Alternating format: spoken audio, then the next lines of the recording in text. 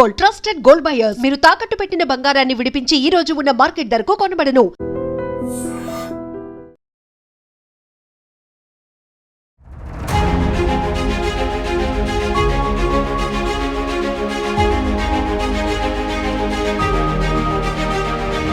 నమస్కారం, welcome to I dream.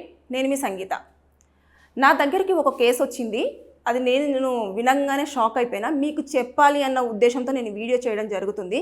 అదేంటంటే, ఒక వ్యక్తి ఒక దగ్గర ప్రాపర్టీ ఉంది అనగానే ఇంత తక్కువకు వస్తుంది ఈ ప్రాపర్టీ అని చెప్పేసి ఆ వ్యక్తి దగ్గర నుంచి తీసుకోవాలి అని చెప్పేసి అనుకున్నారు. దానికోసం ఇనిషియల్ అమౌంట్ కొంచెం ఇవ్వండి అనగానే అతను ఒక 2 lakhs రూపీస్ అడిగాడు. నేను ఇస్తాను అని చెప్పేసి అతను ఒక రోజు సెట్ చేసేసుకొని ఒక అగ్రిమెంట్ అనేది రాసుకున్నారు.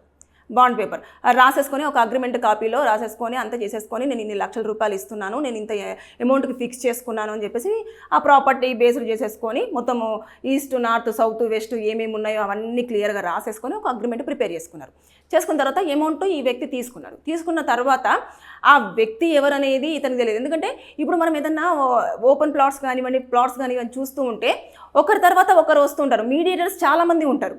అసలు పర్సన్ ఎవరనేది మనకు తెలియదు. కొన్నిసార్లు ఏమవుతుందంటే ఈఎంఐలో కూడా పే చేయమని చెప్పేసి అంటారు. ఇలాంటివన్నీ జరుగుతున్న టైంలో ఇతను ఏం చేశాడు, పాపం తీసేసుకొని 2 లక్షలు ఇచ్చాడు. ఇచ్చిన తర్వాత ఆ పేపరు అతను తీసుకొని వెళ్ళే లోపే అందులో ఉన్న అక్షరాలన్నీ కూడా మాయమైనవి, అసలు లేవు. మొత్తం ఎంటీ పేపర్ కనిపిస్తుంది.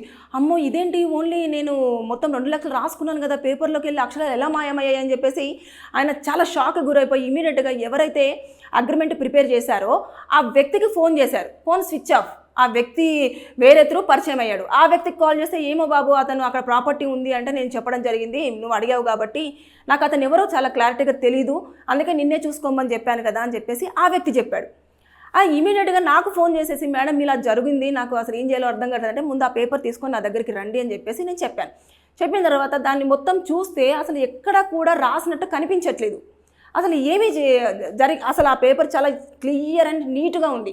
అయితే ఇంకా మేము కొన్ని కేసుల కోసము ప్రైవేట్గా ఫోరెన్సిక్ వాళ్ళని మేము అప్రోచ్ అవుతాము. వాళ్ళకు దగ్గర నుంచి కొన్ని రిపోర్ట్స్ మేము తీసుకుంటూ ఉంటాం. అలా నేను ఈ పేపర్ని వాళ్ళకి పంపించేసి అసలు చూడండి అని చెప్పేసి అంటే వాళ్ళు ఒక మొత్తం ఎంక్వైరీ చేసి దీని మీద ఆల్రెడీ రాశారు, బట్ కొన్ని టైమ్స్ తర్వాత అది డిసపియర్ అయిపోవడం జరిగింది అని చెప్పేసి వాళ్ళు ఒక రిపోర్ట్ ఇచ్చారు. కానీ ఆ రిపోర్ట్ని మనం కోర్టులో ప్రొడ్యూస్ చేయడానికి లేదు. ఎందుకు అనంటే ఇతని దగ్గర ఎలాంటి సాక్ష్యాలు లేవు. అంటే నిజంగానే ఇతను 2 lakhs ఇచ్చాడా లేదా ఇవన్నీ కూడా లేకుండా ఉన్నాయి కాబట్టి మనం అతనికి న్యాయం చేయలేకపోయినా. నా దగ్గరకు వచ్చినా కూడా లీగల్గా నేను ప్రొసీడ్ అవ్వలేకపోయినా. రీజన్ ఏంటంటే ప్రూఫ్స్ ఏమీ లేవు 2 లక్షలు ఇచ్చినట్టుగా. కానీ ఎందుకంటే క్యాష్ రూపేనా ఇచ్చాడు ఇతను చెక్కో లేకపోతే అమౌంట్ ట్రాన్స్ఫర్ చేయడమో బ్యాంకు నుంచి డీడీ ఇవ్వడం ఇలాంటివి ఏమీ చేయలేదు. జస్ట్ క్యాష్ ఇచ్చాడు. అందుకోసం అని చెప్పేసి ఇక్కడ అతనికి న్యాయం జరగలేకపోయింది. ఇలాంటి మ్యాజిక్ పెన్స్ అనేవి మార్కెట్లో ఎక్కువగా వచ్చాయి. ఇలాంటి మోసం జరుగుతుంది కాబట్టి నేను ఈ వీడియోలో మీకు ఈ ఇన్ఫర్మేషన్ ఇవ్వాలి అనుకున్నాను. ఒకవేళ మీరు గనక ఏమైనా ఇంపార్టెంట్ ఇలాంటి అగ్రిమెంట్స్ కానివ్వండి, లేదు డబ్బులు ఇస్తున్నప్పుడు చెక్కులు తీసుకుంటున్నా కానివ్వండి, ఇలాంటి మోసాలు జరగకుండా ఉండాలంటే బెటర్ మీ దగ్గర పెన్ ఏదైనా ఉంటే అది వాళ్ళకి ఇచ్చి ఆ పెన్నుతోటే అగ్రిమెంట్ రాపించుకోండి. దాంతోపాటు అదే పెన్తో మీరు ఒకవేళ చెక్ అంటే చెక్ మీద కూడా సిగ్నేచర్ చేపించేసుకోండి. ప్రామిసరీ నోట్ అయినా, చెక్ అయినా, డీడీ అయినా ఏదైనా సరే మీ పెన్తో యూజ్ చేసేలాగా ప్రయత్నం చేయండి. ఒకవేళ వాళ్ళ పెన్ను యూజ్ చేసినా కూడా మీరు చేయాల్సింది ఏంటంటే ఫస్ట్ ఆ డాక్యుమెంట్ మీ చేతికి రాగానే ఇమీడియట్గా ఫోటో తీసుకోండి. తర్వాత నెక్స్ట్ దాన్ని జిరాక్స్ షాప్కి వెళ్ళేసి వెంటనే జిరాక్స్ తీసుకోండి పక్కనే తొందరగా.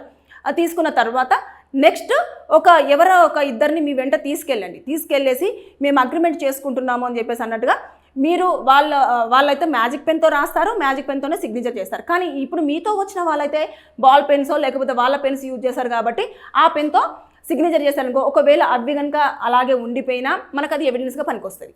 లేదు వాళ్ళు కూడా అదే పెన్తో యూజ్ చేసినా కూడా వాళ్ళు అక్కడ ఉన్నారు కాబట్టి మేము వెళ్ళామని చెప్పేసి వాళ్ళు మనకు సాక్షులుగా పనికొచ్చే అవకాశం ఉంటుంది. కాబట్టి ఇక్కడ ఇలాంటి మోసాలు కూడా చేస్తున్నారు.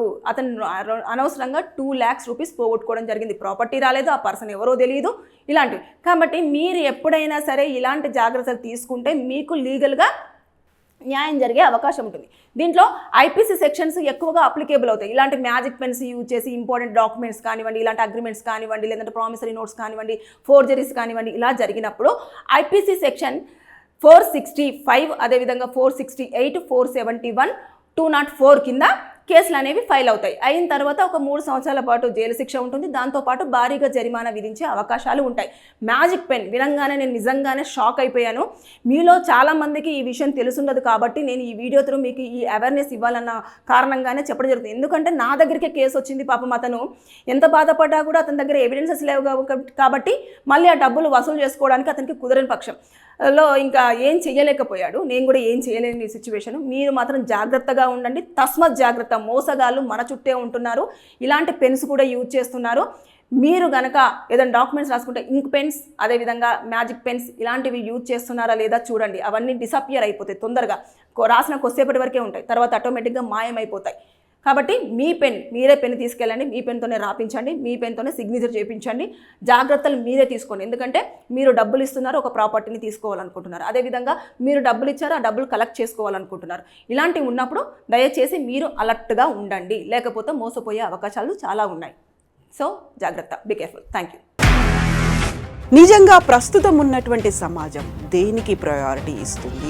ఆర్థిక సంబంధాల చుట్టూ మాత్రమే తిరుగుతోంది. మళ్ళీ ఎన్నికలంగానే చాలా విరక్తి కలుగుతాను. మంచి అనిపిస్తుంది కదా, లేడీస్ కూడా ఛాలెంజింగ్ జాబ్స్ చేసినప్పుడు చాలా బాగుంటది. ట్రాఫిక్ అసిస్టెంట్స్ గా నియమించిన ట్రాన్స్జెండర్స్ అందరితో సాల్యూట్ చేయించుకుంటున్నారు. ఫుడ్ డెలివరీ ఇవ్వటానికి వెళ్ళినటువంటి డెలివరీ బాయ్ అనిల్ పై కళ్ళ ముందు